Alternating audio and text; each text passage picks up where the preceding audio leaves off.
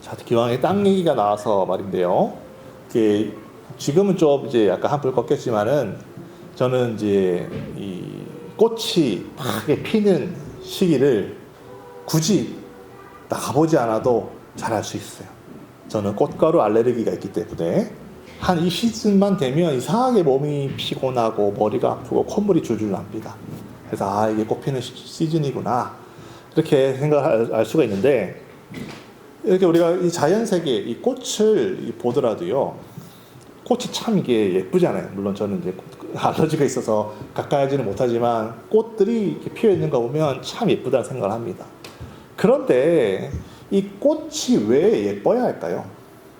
왜 꽃이 예뻐야 될까? 그 어떠한 진화론자들도 꽃이 아름다워야 할 진화론적인 이유는 없어요. 꽃은 말하자면 꽃의 주 고객이 누굽니까? 벌입니다. 벌. 벌은요, 놀랍게도 색깔을 볼 수가 없어요. 그런데 형형색색 이렇게 아름다운 꽃들이 있을 이유가 없어. 사실 벌을 불러들이기 위해서 꽃이 존재하는 거라면 꽃이 저렇게 형형색색 아름다운 모습들로 있을 필요가 없어요. 왜냐하면 벌의 눈은 우리 인간들처럼 그렇게 좋지도 않기 때문에 순전히 벌을 불러들이기 위해서 저렇게 꽃이 아름답게 진화될 수가 없는 거예요. 하지만 우리 같은 이 하나님께서 이 세상을 창조했다. 여기도 꽃들이 있네요. 그러고 보니까 하나님께서 이 세상을 창조하였다라고 하는 이 창조, 하나님의 창조를 믿는 사람의 눈으로 본다면 꽃들을 볼 때마다 우리는 무엇을 느끼게 됩니까? 일단은 하나님의 그 선하심, 그 하나님의 아름다우심, 하나님 무언가 한번 창조하시면 그냥 대충 만드시는 법이 없고 아름답게 눈의 결정을 보더라도 얼마나 아름답고 규칙적으로 정말 그렇게 만드십니까? 누가 하나님이 인간이 현미경을 만들어가지고 눈을 볼 줄 어떻게 알아서 그렇게 인간이, 물론 하나님 아셨겠지만 그렇게 인간이 맨눈으로는 볼 수 없는 그런 미세한 세계까지도 그렇게 아름답게 만들고, 누구라서 저 멀리 몇백만 광년 떨어진 그 별의 아름다움을 볼까 해서 그 멀리 있는 별들까지 하나님께서 그렇게 아름답게 다 만드셨냐는 거예요. 하나님은 그 자체로 아름다움을 사랑하시는 분이세요. 하나님, 우리가 이 세상의 자연 만물을 볼 때마다 로마서 1장 20절 말씀 여기 있잖아요. 창세로부터 그의 보이지 아니하는 것들 곧 그의 영원하신 능력과 신성이 그가 만물에 분명히 보여 알려졌다라고 성경은 말하고 있어요. 믿음의 눈으로 이 세상 만물을 보면은 하나님이 살아계신 것과 하나님이 어떠하신 분이라는 것과 하나님이 우리에게 어떠한 말씀을 하고 어떠한 뜻을 가지고 계시는지 사실 믿음의 눈으로 보려고만 한다면 얼마든지 보이는 거예요. 꽃들만 봐도 예수님 말씀 생각나시죠? 그냥 폈다가 사라지는 들풀, 백합화라 할지라도 솔로몬의 그 모든 영광을 몸에 두른 것보다도 이 백합화가 훨씬 더 아름답다라고 말씀하시는 그 뜻이 무엇입니까? 인간이 만들어낸 그 어떠한 것보다 하나님 능력이 가장 낮은 것이 훨씬 더 높다라는 것을 미루어 깨달을 수 있도록 하나님이 천지 만물을 그렇게 창조하신 거라는 거예요. 그러니까 이 세상을 우리가 믿음의 눈으로, 하나님의 눈으로, 정말 신앙의 눈으로 세상을 바라보면 이 세상에는요, 하나님이 우리에게 하시는 말씀으로 충만해 있는 거예요. 그 지는 해를 보더라도, 뜨는 해를 보더라도, 하늘에 떠가는 구름을 보더라도 다 하나님께서 우리에게 하시는 말씀이 생각나는 거예요. 하나님이 우리에게 하시고자 하시는 말씀들이 충만해 있는 거예요. 그래서 성경이 없어서 하나님을 모른다? 혹은 말씀을 전해주는 사람이 없어서 말씀을 모른다? 혹은 예배 설교 말씀이 지루해서 말씀을 모른다? 다 핑계입니다. 우리가 믿음이 있고 하나님의 말씀을 얻고자 간절한 마음으로 살고 있다면 오늘 피었다 지는 들풀에서도 하나님의 말씀을 우리는 들을 수가 있는 거예요. 우리는 항상 말씀으로 충만히 살아갈 수 있는 것이죠. 그런 것처럼 이 세상에 있는 수많은 것들을 통해서 우리는 하나님의 말씀을 깨달을 수가 있는 거예요. 왜 이런 얘기를 하냐면 오늘 말씀해 보세요. 묵은 땅을 기경하라. 우리는 하나님께서 땅을 만드시고 씨를 뿌리시고 비를 내리시고 거기서 열매를 맺습니다. 그런 단순한 이 세상 자연현상을 통해서도 사실은 우리는 하나님의 말씀을 들을 수가 있어야 되는 거예요. 아, 씨가 하나님의 말씀이 떨어지는구나. 밭이 좋으면 많은 열매를 맺는구나. 때를 따서 하나님께서 비를 내려주시는구나. 이렇게 하나님의 은혜와 또 말씀과 열매에 관한 이런 하나님의 영적인 이런 사실들, 영적인 진리들을 우리가 이 자연현상을 통해서도 배울 수가 있는 것이죠. 그런 것이죠. 그런데 이렇게 어떻게 보면은 이 세상은 하나님의 말씀들로 충만해 있는데 신기하게도 세상은 그런 하나님의 말씀을 들을 능력이 없죠. 당연한 것입니다. 세상은 그냥 이 세상에 존재하는 자연현상을 가지고도 원래부터 있었다. 혹은 아주 단순한 세포들로부터 진화된 것이다. 어떻게든지 하나님을 배제하려고 하나님의 말씀으로 충만한 이 세상들을 어떻게든 하나님의 말씀을 거부해 보려고 몸부림치고 있어요. 그 이유는 무엇입니까? 당연합니다. 이 세상은 죄로 가득 차 있기 때문이에요. 죄로. 그래서 이사야에서 말씀해도 오직 너희 죄악이 너희와 너희 하나님 사이를 갈라놓았다. 그러니까 죄가 있기 때문에 그 죄로 인해서 저 꽃들도 나에게 하나님의 뜻을 말하고 있고 피는 날아가는 게 아니죠. 흘러가는 구름, 뜨는 해, 지는 해, 바다, 파도, 이 모든 자연 만물들이 사실은 우리들에게 하나님의 뜻과 하나님의 말씀과 영적인 진리들을 계속 우리들에게 말을 하고 있는데 이 세상은 죄 때문에 하나님과 우리 사이가 갈라져서 그것을 들을 수가 없는 거예요. 세상은. 그렇지만 참으로 감사하게도 여러분과 저는 이렇게 예수 그리스도로 말미암아 그의 피로 말미암아 영혼이 깨끗해졌고 그 모든 죄악을 사함을 입었기 때문에 이제는 여러분과 저가 하나님의 그 얼굴과 우리의 얼굴이 가깝고 하나님의 말씀을 들려오고 하나님 말씀을 들을 수 있고 순종할 수 있는, 그래서 예배도 드릴 수 있는 그런 존재가 되었어요. 얼마나 감사합니까? 얼마나 정말 하나님의 은혜가 크냐는 거예요. 그러나 오늘 우리 말씀은 우리는 그렇게 회개를 하고 성령도 모셔서 하나님의 말씀을 들을 수 있는 존재가 되었지만 그것으로 충분하냐라고 누군가가 우리에게 정말 심각하게 물어본다면 여러분들은 뭐라고 대답하시겠습니까?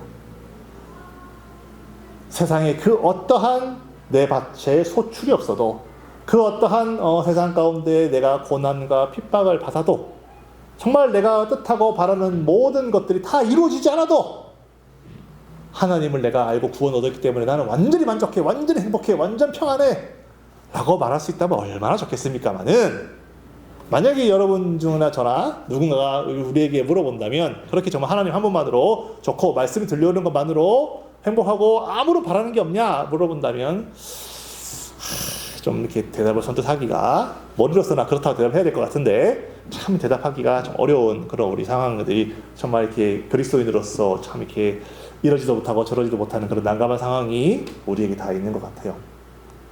그렇죠?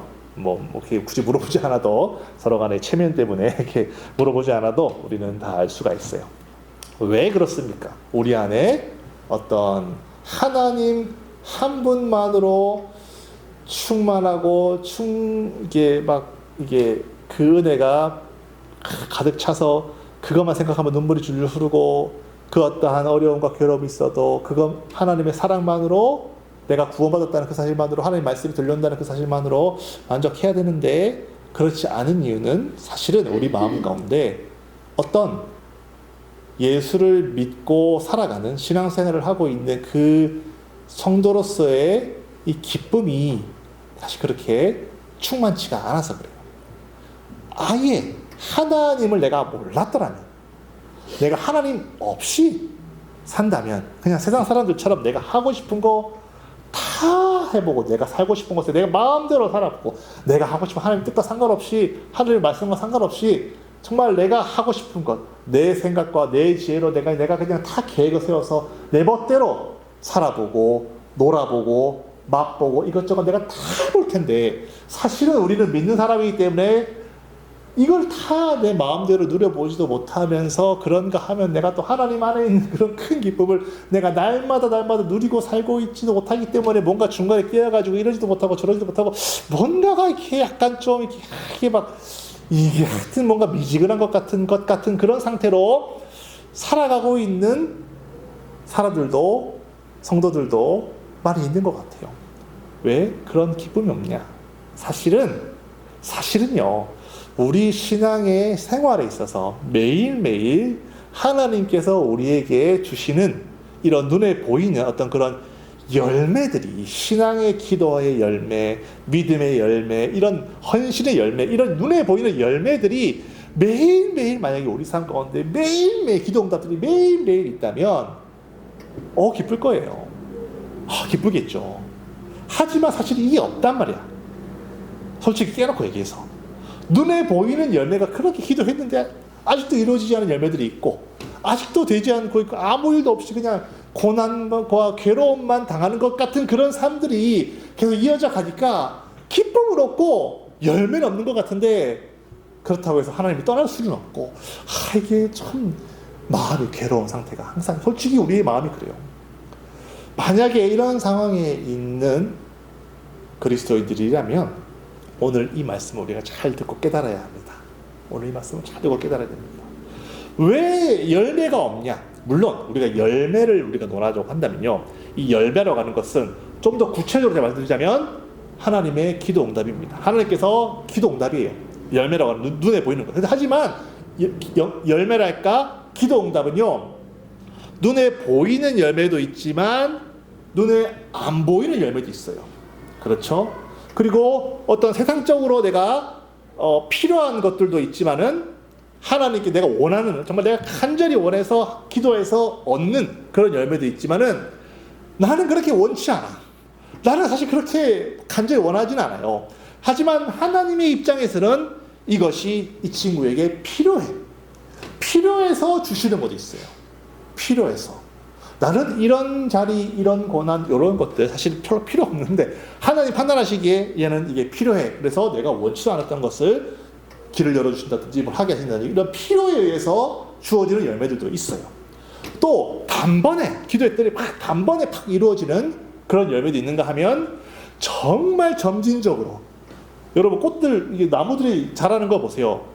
딱 보고 있으면 나무가 자라는 게 보입니까? 안 보여요. 그러니까 점진적으로 천천히 자라니까 이게 기도 응답이 되고 있는 건지 되고 있지 않는 건지 모르는 것도 있어요. 그러니까 내가 눈에 보이고 만질 수가 있고 그 변화를 확 느낄 수 있는 그런 열매가 지금 당장 오늘 나에게 없다고 해서 열매가 없다라고 단정을 지을 수는 없어요. 우리가 분명히 그래요.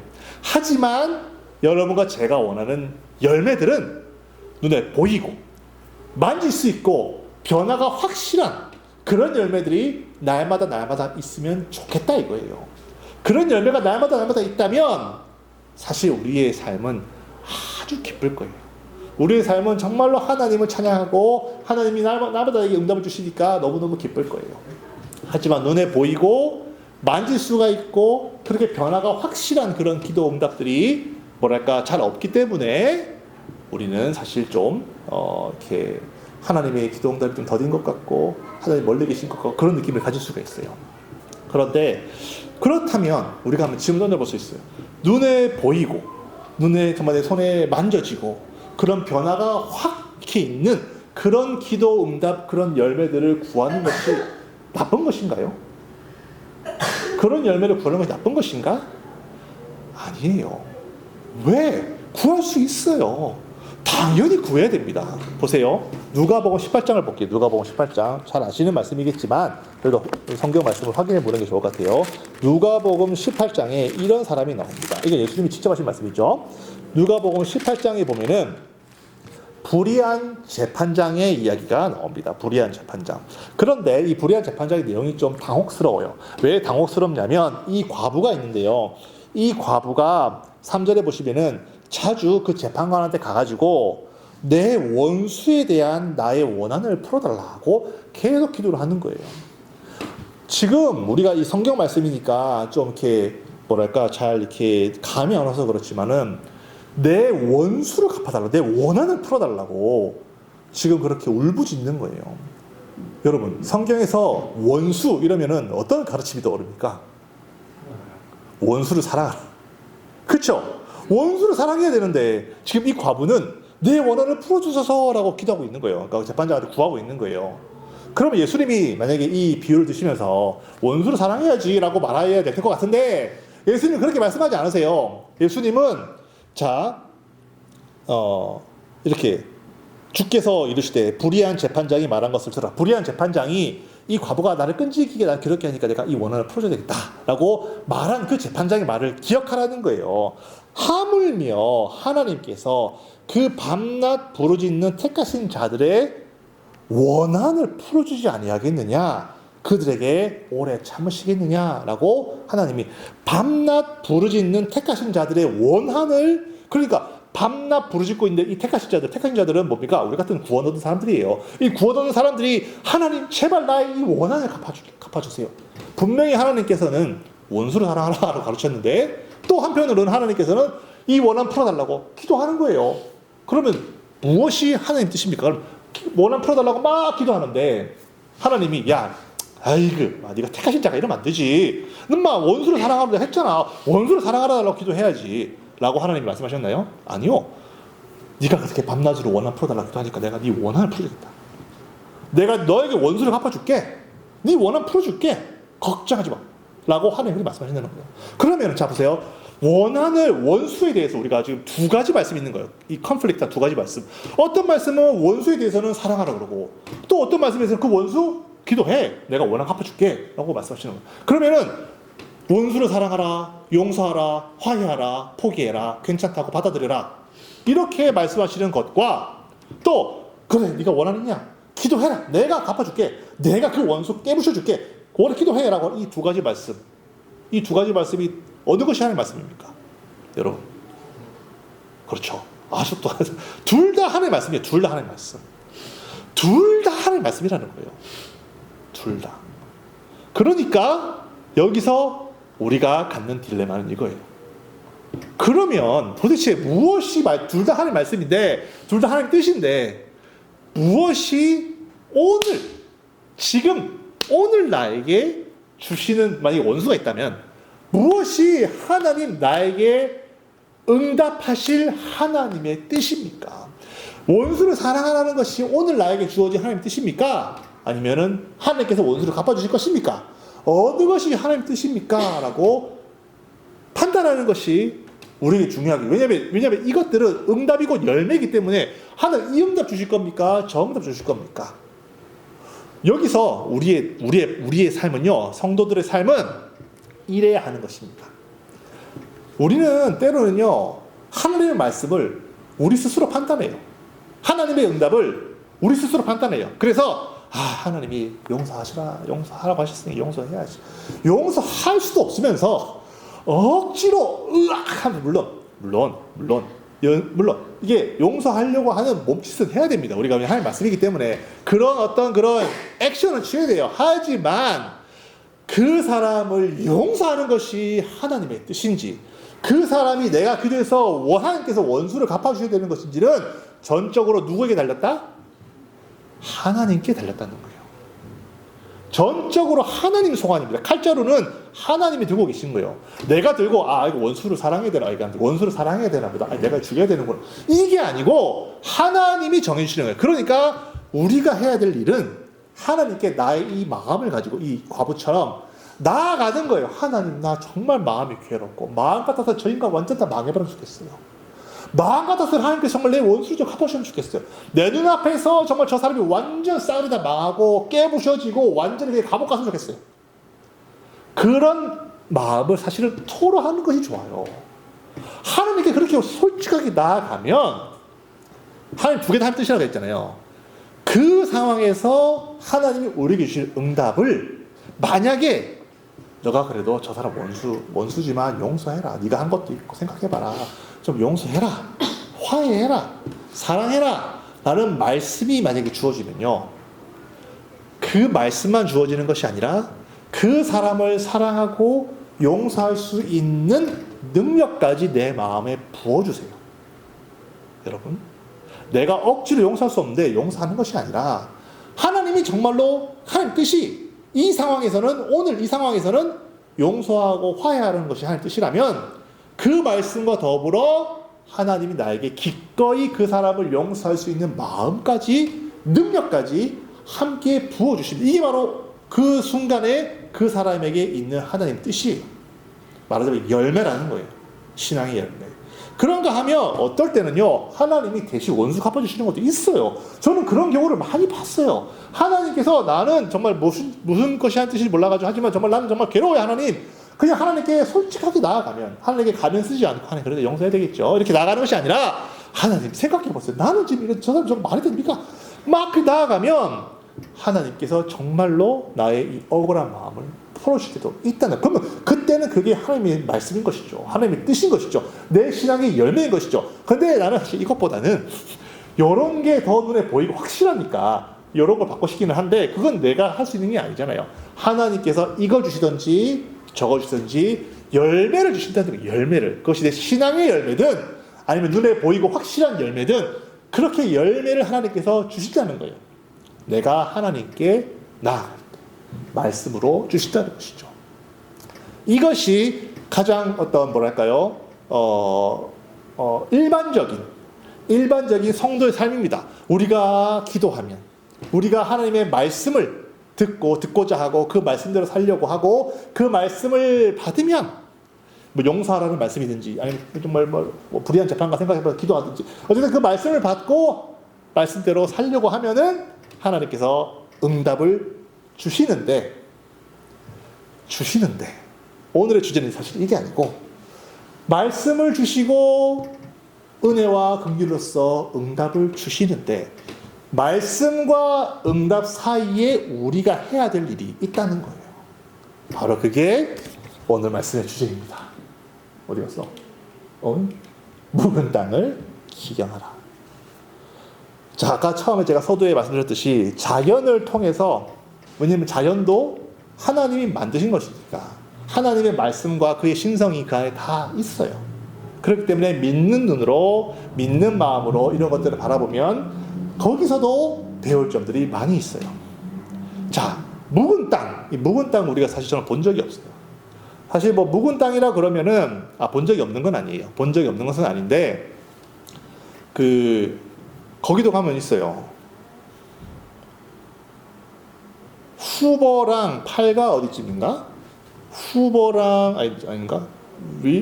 올림픽 하여튼 후보 길 타고 쭉 교회로 후보 길 타고 쭉 올라오면 이쯤 어딘가에 올림픽길이랑 팔가 어디 사이에 그냥 버려진 땅이 있어요. 철조망 쳐가지고 집을 지으려고 배워놨겠죠. 그렇게 그 땅을 자세히 보면요, 갖은 돌과 쓰레기와 잡초들이 막 무성해요. 그런 땅이 말하자면 묵은 땅이에요. 묵은 땅. 혹은 몇 년 동안 이제 그냥 버려놔가지고 거기에 비도 오고, 뭐 여기는 뭐 눈은 오지 않지만 눈도 오고 얼었다가 또 녹기도 하고 그런 식으로 하면서 땅이, 우리가 생각하기에는 우리 농사를 져본 적이 없으니까 땅은 그대로 두면은 아주 이렇게 싹을 쑥쑥쑥 이렇게 잘 기름지게 이렇게 싹을 잘 내는 그런 땅이 될 것 같지만 사실은 그렇지가 않대요. 땅을 묵혀두면 그냥 못 쓸 땅이 돼버린다는 거예요. 그래서 그 땅을 잘 이렇게 경작을 할 수 있는 좋은 땅으로 만들려면 사람이 아주 노력을 많이 해야 된다는 거예요. 그러니까 일반적으로 씨를 뿌리면 열매가 나는 것은 당연한 이치이지만 씨를 뿌리고 열매를 맺는 그 사이에 만약에 그 땅이 오래 묵혀두어서 그냥 이 버려진 땅이 되어버렸다면, 내 마음 정말 하나님 보시기에 버려진 밭과도 같은 그런 사람이 되어 있다면 그 밭에 씨를 뿌리기 전에 먼저 해야 되는 것들이 돌들을 치우고 잡초를 제거하고 그 땅을 기경을 해서 그 땅이 씨가 떨어졌을 때 그 씨가 뿌리를 잘 내리고 잘 자랄 수 있는 환경으로 바꾸어주는 일을 우리가 먼저 해야 되는 것입니다. 요 이야기를 하려고 긴 이야기를 제가 끌어왔네요. 묵은 땅을 기경하지 않으면 여러분처럼 저처럼 와서 예배 드릴 수 있어요. 묵은 땅도 땅이기 때문에, 아스팔트가 아니기 때문에 씨를 뿌리면 싹은 날 수 있습니다. 이 말은 즉슨 묵은 땅이라 하더라도 예배 드리면 그렇구나 끄덕끄덕, 또 혹은 예배 말씀에 좀 찔림이 있고 눈물 좀 찔끔할 수 있고 그때는 그냥 반응할 수 있어요. 씨라는 이 하나님의 말씀에. 하지만 묵은 땅은 그 말씀이 결국에는 60배, 100배로 결실을 맺을 수가 없어요. 결실이 없다면, 즉 기도 응답이 없다면 혹은 내 마음이 정말 하나님 보시기에 묵은 땅 혹은 묵은 땅이 되어가고 있는 중에 있는 그런 것이 아닌가 한번 스스로 돌아봐야 되는 거예요. 그렇기 때문에 만약에 내 삶에 응답이 없다, 열매가 없다, 그래서 기쁨이 없다, 그렇다면 내가 오늘 말씀처럼 내 땅을 기경해야 되는구나. 여러분, 땅을 기경한다는 말은 이게 보통 힘든 일이 아닙니다. 어떤 사람의 말에 따르면 가장 힘센 소를 골라야 된대요. 가장 힘센 소. 그래서 뾰족한 쟁기를 땅에 뻑 박아 넣어가지고 땅을 아주 50cm 정도까지 이렇게 깊이 눌러가지고 그 소가 끌고 나가면 이게 소는 끌고 나가는데 내가 이게 누르지 않으면요 이게 쟁기가 폭 빠져나온다 그러네. 그러니까 발을 쭉 눌러가지고 계속 땅을 깊숙이 해서 아예 땅을 다 땅을 다 부셔가지고 땅을 이렇게 밑에 있는 땅을 밖으로 끄집어내고 그래야 산소가 땅에 잘 섞이고 미생물도 잘 해가지고 이게 씨를 뿌리면은 잘 자랄 수 있는 그런 땅이 되는 그 잡초도 다 빼내고 돌도 다 골라내고 해가지고 그 땅에 이제 고른 흙으로 잘 되어야만 비로소 말씀 받을 준비가 된다는 거예요. 알겠어요? 우리가 예배 드릴 때 벌레벌떡 아침에 막 싸우고 애들 막 따지고 조용히 하고 막 싸우고 막 해가지고 벌레벌떡 앉아가지고 말씀 주세요. 이런다고 우리가 말씀이 잘 자라서 이제 다시 되는 것이 아니라 예배를 드리기 전에도 말씀을 듣기 위해서 아침부터 정말 감사 기도드리고 헌금도 준비하고 찬양도 막 하면서 이렇게 내 마음을 준비를 해야 되는 것처럼 평소에도 우리가 하나님 말씀이 정말 내 안에 열매를 맺기 위해서는 여러분과 제가 묵은 땅을 기경해야 된다는 거예요. 시간이 많이 지나갔기 때문에 묵은 땅에 대해서는 하나님께서 특히 예수님께서 더 자세하게 신약에 말씀해 주셨어요. 묵은 땅 그러면은 세 가지 종류가 있대요. 예수님 말씀에 따르면 길가가 있고 돌밭이 있고 그 다음에 가시덤불이 있대요. 길가에 있는 것은 사람들이 하도 밟고 다녀가지고 아예 그 길이 밭이 땅이 딱딱해져가지고 씨를 던져도 씨가 들어가지도 않는데요. 말씀을 들었는데 팍 튕겨내는 사람도 있잖아요. 거의 불신자급에 해당되는 그런 사람들. 혹은 예전에는 하나님 말씀 잘 들었지만 지금은 뭔가 시험에 단단히 들어가지고 어떠한 말씀을 들었다 다 튕겨내는 거야. 저 사람 말씀 참 잘 전하네. 이러고 너나 잘하지. 이러면서 말씀을 다 튕겨내는 거야. 이 사람은. 이거 길가와 같은 사람들인 거죠. 이 사람은요, 힘듭니다. 성령의 쟁기로 그 땅을 완전 다 뒤엎어 버려야 되는 거예요. 회개. 이 사람은 정말 큰 회개 없이는 그 말씀이 그 안에 들어가서 열매 맺기 힘든 상황이에요. 길가 혹은 돌밭은요, 그 유대인의 그 풍습, 유대 그 중동 지방 그 사람들의 이런 씨 뿌리는 그 풍습에 따르면은 겉으로 보기에는 흙이 좀 있는 땅인데 바로 밑에 그 돌들 안반으로 딱 되어 있어가지고 씨를 뿌리면은 씨가 들어가긴 한대요. 씨가 들어가서 그 뿌리를 내리기는 하지만 돌 때문에 도저히 그 뿌리가 자랄 수가 없어서 그냥 낮에 해 한번 반짝하면은 그냥 말라버려 죽어버리는 것 같은. 그러니까 말씀은 들어옵니다. 찔끔 눈물도 흘려요. 그리고 찔끔 뭔가 반응도 하지만 사실은 이 예배당으로 나가는 순간에 완전히 옛날로 돌아가 버리는 거예요. 여기서만 홀리한 거예요. 여기서만. 돌밭 이런 사람들은 그 마음에 있는 돌들을 다 제거를 해야 돼요. 완악해진 이 마음들을 다 제거를 해야 됩니다. 내 말씀이 도대체 왜 뿌리 내리지 못하게 만드는가, 그런 돌들을 제거를 해야 됩니다. 세상의 어떤 그런 생각이라든지 그런 것들이 있겠죠. 그 다음에 이제 가시덤불은 예수님께서 잘 말씀하셨어요. 그 가시가 자라가지고 뿌리도 잘 내리긴 하는데 그 뿌리가 자라지 못하는 거예요. 뿌리가 없는 것은 아닌데 뿌리가 자라고 있는 거예요. 그러니까 뿌리가 자라지 못하게 만드는 거예요. 가시 때문에. 성경에서는 예수님께서는 그 가시가 이생의 염려 혹은 재리, 유혹 이런 것들이라고 그랬어요. 그러니까 분명히 신앙생활도 잘하고 있고 말씀도 받고 뿌려 내리는 것 같은데 우리가 알잖아요. 여러분들도 정말 나이가 들고 이제 학생을 지나서 사회에 나가고 살아가다 보니까 세상에 염려가 얼마나 많이 있습니까? 세상에 근심할 것들이 얼마나 많이 있어요. 그렇죠? 그러니까 근심이 너무 많으니까 은혜를 받았는데 그 말씀이 자라지를 못하는 거예요. 근심이 너무 많고 염려가 너무 많으니까. 그렇잖아요. 그러니까 그런 상태도 있는 거예요. 그러니까 그런 상태들이 나쁘다고 말하는 것이 아니라 하나님은 그런 상태가 바로 크게 말해서 오늘 말하는 이 묵은 땅이라는 거예요. 묵은 땅. 그러니까 우리의 상태를 잘 알아서 우리가 정말 하나님께서 말씀을 주실 때 그 말씀이 잘 뿌리내려서 정말로 열매가 용서하라는 열매든지 하나님께서 보여주시는 열매든지 어떤 식의 열매든지 내 삶 가운데 정말로 맺혀질 수 있는 그런 사람, 그래서 날마다 정말 그런 삶이 여러분 사모되지 않으세요? 하나님이 날마다 나에게 열매를 주세요. 기도하는 족족 하나님께서 다 응답을 해주시고 열매를 주신다는 거예요. 내가 그것을 깨닫고 내가 그것을 보고 내가 그것에 감사할 수 있는 그런 사람이 된다는 거예요. 매일매일 우리가 그렇게 살아갈 수 있다면 얼마나 행복하겠어요. 신앙생활 얼마나 재미가 있겠어요. 그러려면은 씨가 하나님 말씀이 떨어지지 않는 것도 아니에요. 하나님 말씀은 말씀이기 때문에 떨어지면은 당연히 열매가 나는 것도 당연한 이치예요. 바로 밭이 문제예요. 밭.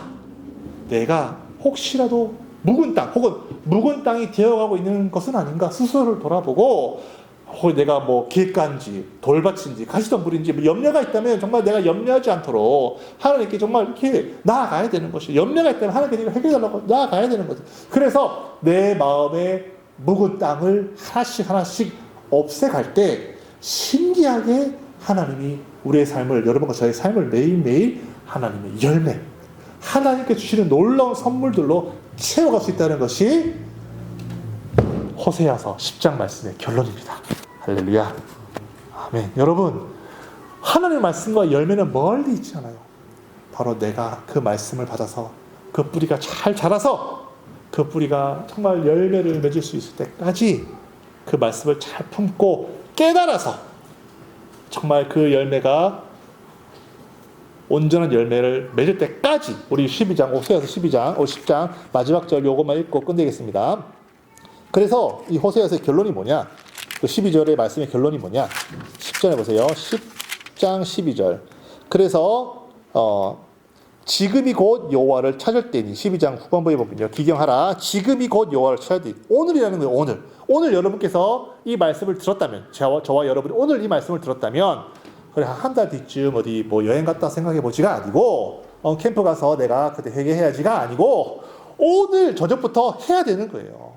오늘 저녁부터 여러분들은 묵은 땅을 기경해야 되는 거예요. 그래서 언제까지 해야 되느냐? 마침내 until 언제까지? 여호와께서 오사 공의를 빛처럼 너희에게 공의라고 하는 말에 무서워하지 마. 때로는 무서워하는 사람들이 공의라고 하는 하나님 심판이라고 생각해요. 공의는 곧 율법이에요. 율법. 여기는 그러니까 그 당시에 하나님의 말씀이라고 하는 것은 율법밖에 없었어요. 그러니까 율법 즉 공의를 빛처럼 내리셨다고 하지만은 오늘 여러분과 저에게 성령으로 하나님의 자녀된 우리들에게는 구원의 복이라는 거예요. 구원의 복을 그 복을 빛처럼 너희에게 내리시리라. 그때까지 until 그 마침내라는 뜻이 until 그때까지 여호와를 찾으라는 거예요. 오늘부터 시작해서 하나님께서 내 기도 응답을 하실 때까지 여호와를 그의 은혜와 헤세드, 은혜를 찾으면 반드시 여러분과 저에게 큰 하나님의 열매가 임할 것입니다. 아멘.